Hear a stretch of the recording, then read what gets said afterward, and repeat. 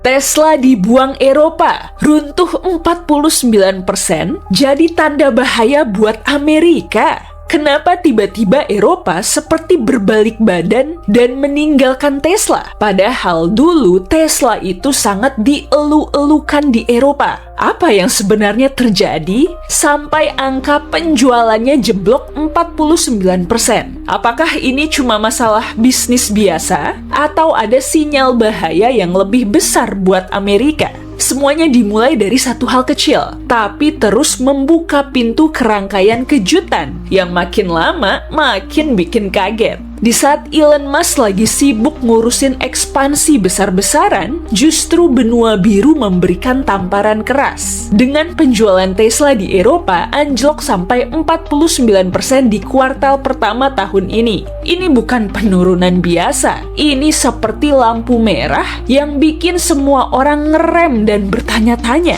"Aya naon? Ono opo? What happened? Ada apa?" Data resmi dari European Automobile Manufacturers Association menunjukkan hal yang mencengangkan. Tesla kehilangan hampir setengah pangsa pasarnya di Eropa dibandingkan tahun lalu. Jika sebelumnya mobil-mobil Tesla seliweran di jalanan Jerman, Belanda, Norwegia, sampai Prancis, sekarang makin sedikit yang mau beli. Dan ini bukan cuma soal harga, bukan juga karena inflasi. Ada sesuatu yang jauh lebih dalam. Salah satunya sentimen publik. Banyak konsumen Eropa yang mulai mikir ulang. Beberapa dari mereka kecewa karena kualitas layanan after sales Tesla dianggap menurun. Ada juga yang ngerasa citra Elon Musk makin lama makin gak bisa diterima, terutama setelah serangkaian kontroversinya di media sosial dan juga pernyataannya soal politik global. Eropa itu punya kultur sosial yang lumayan sensitif soal etika, keberlanjutan, dan juga sikap pemimpin. Mereka nggak cuma ngelihat produk bagus ataupun teknologi canggih,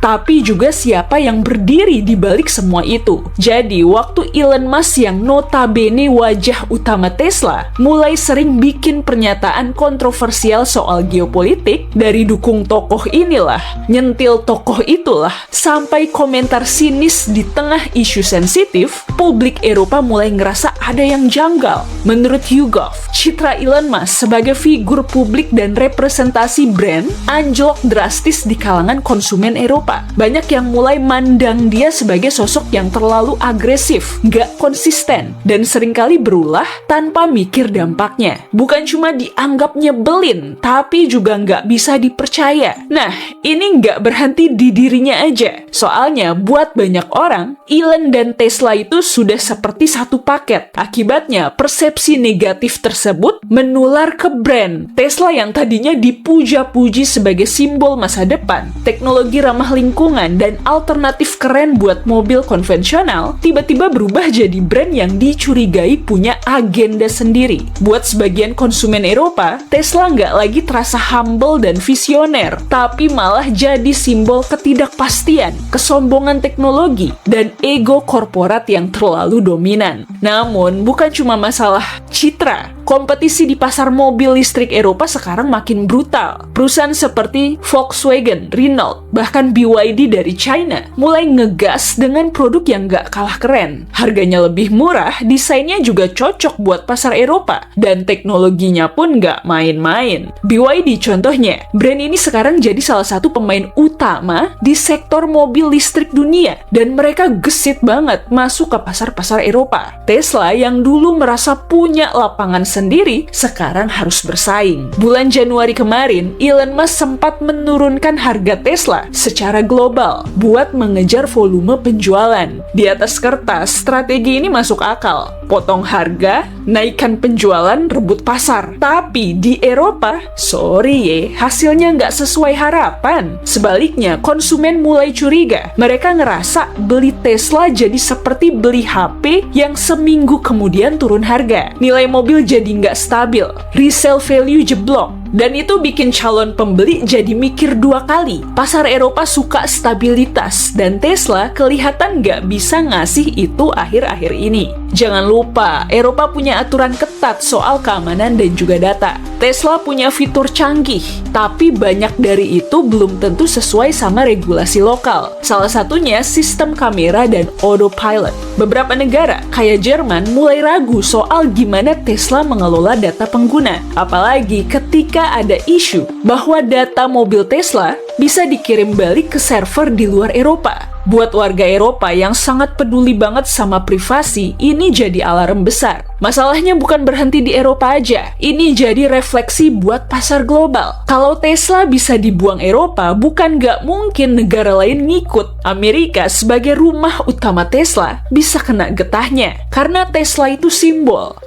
dominasi teknologi mobil listrik, simbol keberhasilan industri Amerika di sektor masa depan. Jika simbol ini mulai retak, apa nggak bahaya buat kepercayaan investor dan juga mitra global? Menurut data dari Bloomberg, saham Tesla juga sempat anjlok 8% dalam sehari setelah laporan penurunan penjualan di Eropa keluar. Ini bukan cuma angka, ini seperti sinyal darurat yang ngasih tahu kalau kepercayaan publik dan pasar mulai goyah.